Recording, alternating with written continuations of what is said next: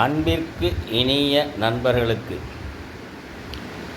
இத்துடன் பழைய 20 ரூபாய் தாளில்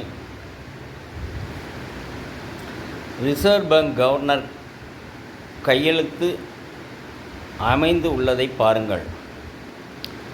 எவ்வளவு ஒழுக்கமாக இருக்கிறது.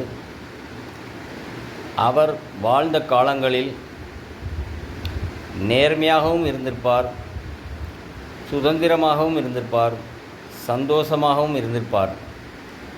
ஏனென்றால் அவருடைய கையெழுத்து அவருடைய தலையெழுத்தை அவரே நிர்ணயிப்பது போன்று மிகவும் ஒழுக்கமாகவும் அழகாகவும் இருக்கும். கையெழுத்து தெளிவாக குறைவில்லாமல் இருப்பவர்கள் மட்டுமே உயர்ந்த பதவிக்கும் வர முடியும். ஏன், அரசியலில் கூட அதுபோலத்தான். இதுபோன்ற நிறைய உதாரணங்களை நான் அடுத்து வரும் பதிவுகளில் தெளிவாக குறிப்பிடுகின்றேன். என்னுடைய சேனலை சப்ஸ்கிரைப் செய்து கொள்ளுங்கள், நண்பர்களுக்கு ஷேர் செய்து கொள்ளுங்கள்.